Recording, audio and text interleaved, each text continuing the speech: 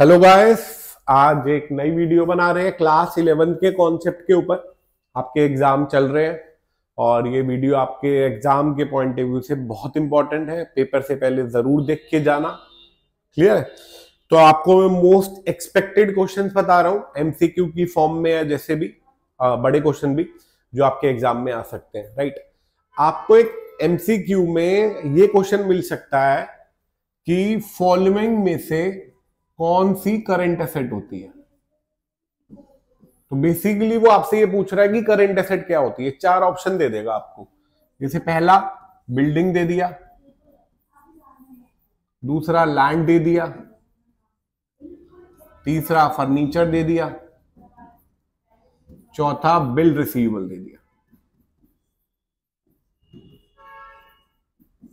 Clear है?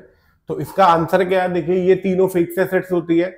ये bill receivable debtor का सब्स्टिट्यूट होता है और डेटर करंट एसेट होती है, तो ये भी करंट एसेट होती है। तो इसका ऑप्शन बी है। क्लियर है? अगला एक क्वेश्चन आपके पेपर में आ सकता है कि इनवॉइस एक सेलर कब बनाता है। इनवॉइस कब बनाता है? तो इसका आंसर है जब वो क्रेडिट पे सेल करता है। किस पे करता है? क्रेडिट पे। उसमें कैश सेल भी गिवन होगा, तो आपको क्रेडिट ही ध्यान रखना है। क्लियर है? एक क्वेश्चन और जो आ सकता है, जैसे जर्नल में हमने पढ़ा था, एक डेटर है, क्लियर है, 10,000 रुपए का, वो इंसॉल्वेंट हो गया। क्या हो गया? इंसॉल्वेंट। क्लियर है? अब वो आपको 20 पैसा इन रुपी दे सकता है। सिर्फ कितने पैसे दे सकता है? 20 पैसा। मतलब वो सिर्फ आपको 20% दे सकता है। क्लियर है? तो क्वेश्चन ये नहीं पूछेगा आपको कैश कितना मिल रहा है। कैश तो आपको पता है 2,000 रुपए मिल रहे हैं, लेकिन जो 8,000 है वो आपका डूब जाएगा और वो जाता है बैड डेब्ट्स अकाउंट के अंदर। क्वेश्चन आपके बैड डेब्ट्स की वैल्यू पूछेगा और आपको ऑप्शन में 2,000 भी गिवन होगा, तो आपको लगेगा यार 2,000 ही है आंसर। 2,000 नहीं है, 80% वो नहीं दे पा रहा, वो बैड डेब्ट्स वाला आंसर है। क्लियर है? तो आपका ऐसा क्वेश्चन भी आ सकता है, ये वाला भी आ सकता है। एक और क्वेश्चन जो वो आजकल पूछ रहा है, जैसे लॉस बाय फायर हुआ 10,000 रुपए। क्लियर है? इंश्योरेंस कंपनी आपको 80% क्लेम दे रही है। क्लियर है? तो आपसे पूछेगा इसकी जर्नल एंट्री बताओ। क्लियर है? तो जर्नल एंट्री बहुत सिंपल है। देखिए, पहले लॉस बाय फायर हुआ गुड्स का, तो उसकी एंट्री क्या होती है? Loss by fire account debit to purchases. Clear है? कितनी वैल्यू हो गई? 10,000 10,000। क्लियर है? नेक्स्ट, अब आप इंश्योरेंस कंपनी में क्लेम कितना डालोगे? आप पूरा 10,000 डाल दोगे, तो उसकी एंट्री क्या होगी? इंश्योरेंस कंपनी डेबिट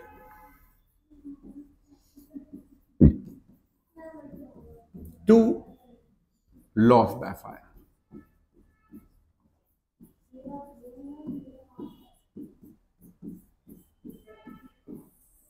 फिर आपको इंश्योरेंस कंपनी कितने पैसे दे रही है? 80% दे रही है, तो 20% आपका लॉस हो गया।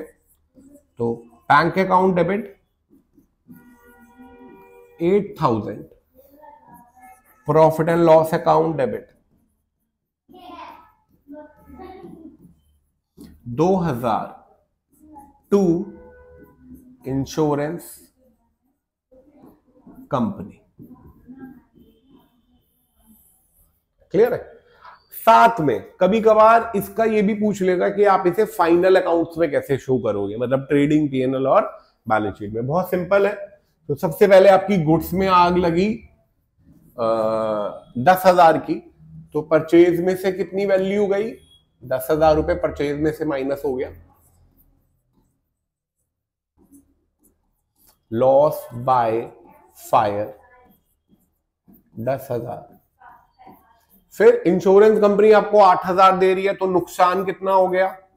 2,000। तो यहां पे लॉस बाय फायर आ गया 2,000। फिर बैलेंस शीट में एसेट की वैल्यू कितनी, जो आपको पैसे मिल रहे हैं, इंश्योरेंस कंपनी के नाम से 8,000। क्लियर है? तो ये आ सकता है 3 नंबर या 4 नंबर। एक बार आप इसकी स्क्रीनशॉट ले लो।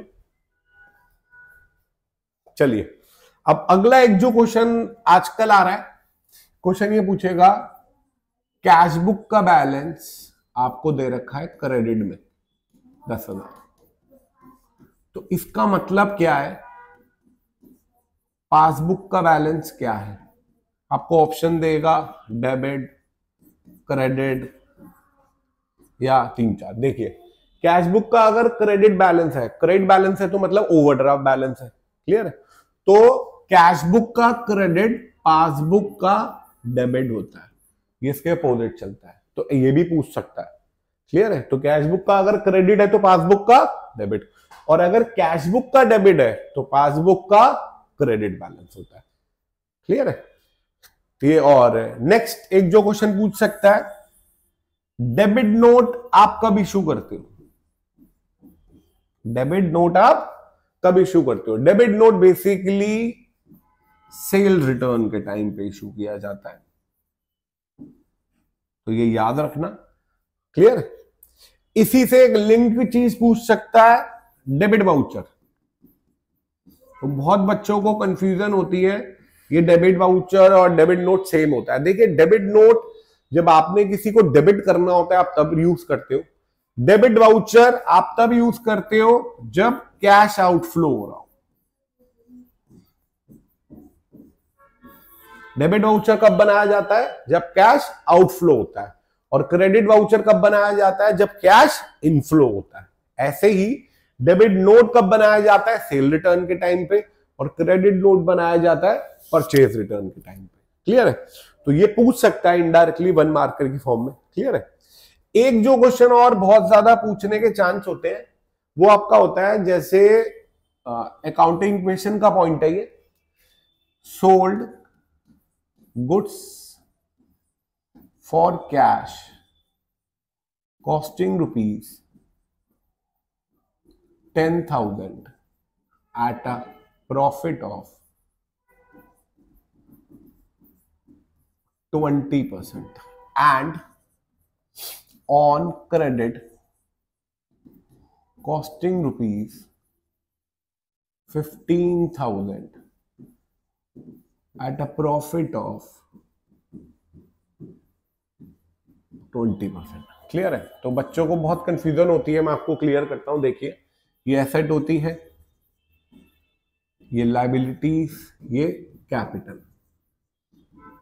आपने 10,000 का माल 20% प्रॉफिट पे बेचा, तो आपका स्टॉक कितना गया? स्टॉक गया 10,000, और प्रॉफिट कितना, कैश कितना आया? 12, और 2,000 का आपको प्रॉफिट हुआ जो कि यहां पे कैपिटल में ऐड हो गया। क्लियर है? फिर आपने 15,000 का माल 20% प्रॉफिट पे बेचा, तो बच्चे यहां क्या गलती करते हैं, तो लायबिलिटीज में खोल देते हैं अकाउंट। लायबिलिटी में नहीं खोलना, ये आपका डेटर है। क्या है? डेटर। तो ये यहां खुलेगा, और कितने का खुल गया? 15,000 का था 20% प्रॉफिट पे, इसका मतलब 18,000 का, और स्टॉक कितना गया? 15,000 का, और 3,000 का आपको प्रॉफिट हो गया। क्लियर है? तो ये इंपॉर्टेंट कॉन्सेप्ट है, पूछ सकता है एक उसके अंदर। इसका स्क्रीनशॉट ले लीजिए एक बार। चलिए नेक्स्ट एक क्वेश्चन और बहुत पूछ सकता है, रेवेन्यू एक्सपेंडिचर और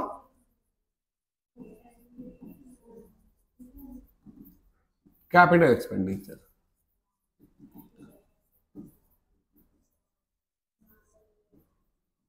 देखिए रिवेन्यू एक्सपेंडिचर बेसिकली एक्सपेंसेस ही होते हैं, और ये फिक्स एसेट्स होती है। क्या होती है? Fix asset. तो अगर आपने किसी को सैलरी पे करी तो वो रिवेन्यू एक्सपेंडिचर है। अगर आपने कोई रोबोट ही खरीद लिया या कोई मशीन खरीद ली, वो कैपिटल एक्सपेंडिचर है, क्योंकि वो आपको लॉन्ग टर्म बेनिफिट देगा, ये आपको शॉर्ट टर्म बेनिफिट देगा, ये आपकी जो अर्निंग कैपेसिटी है उसको बढ़ाएगा। ये नॉर्मल ऑपरेशंस के लिए जरूरत होता है। इसका एक और एग्जांपल होता है, आपने कोई नई मशीन खरीदी, उसकी इंस्टॉलेशन चार्जेस पे करे, तो आप सोचोगे वो तो रिवेन्यू है, लेकिन एक रूल होता है अकाउंटिंग में, कोई भी एसेट पुट टू यूज में लाने से पहले पहले जो भी आप खर्चा करोगे that is called capital expenditure.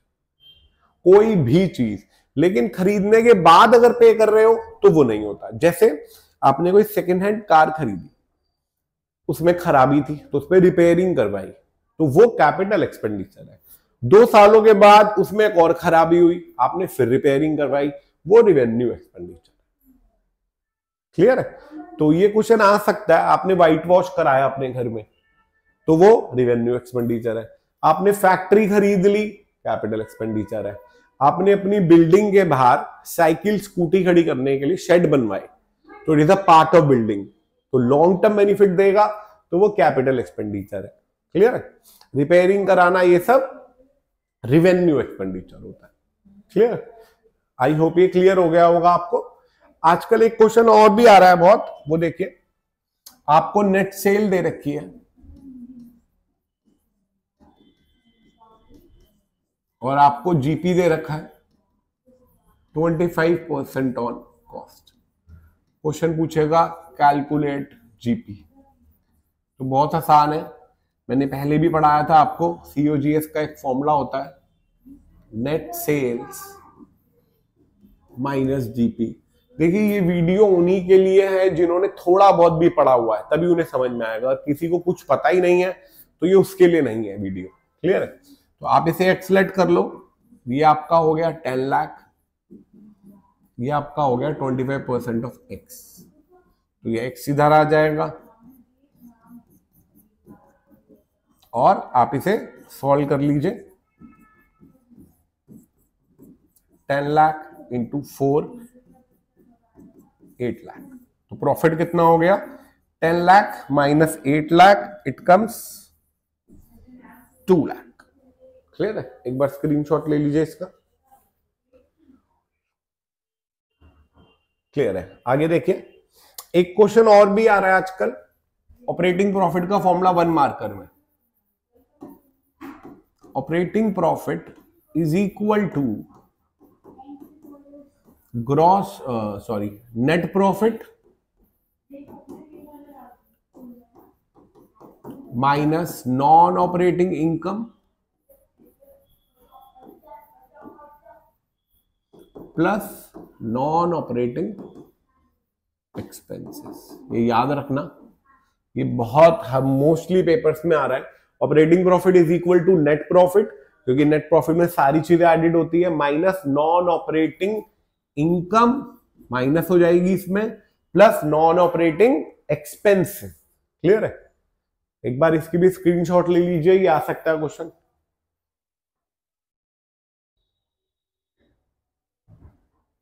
Clear है?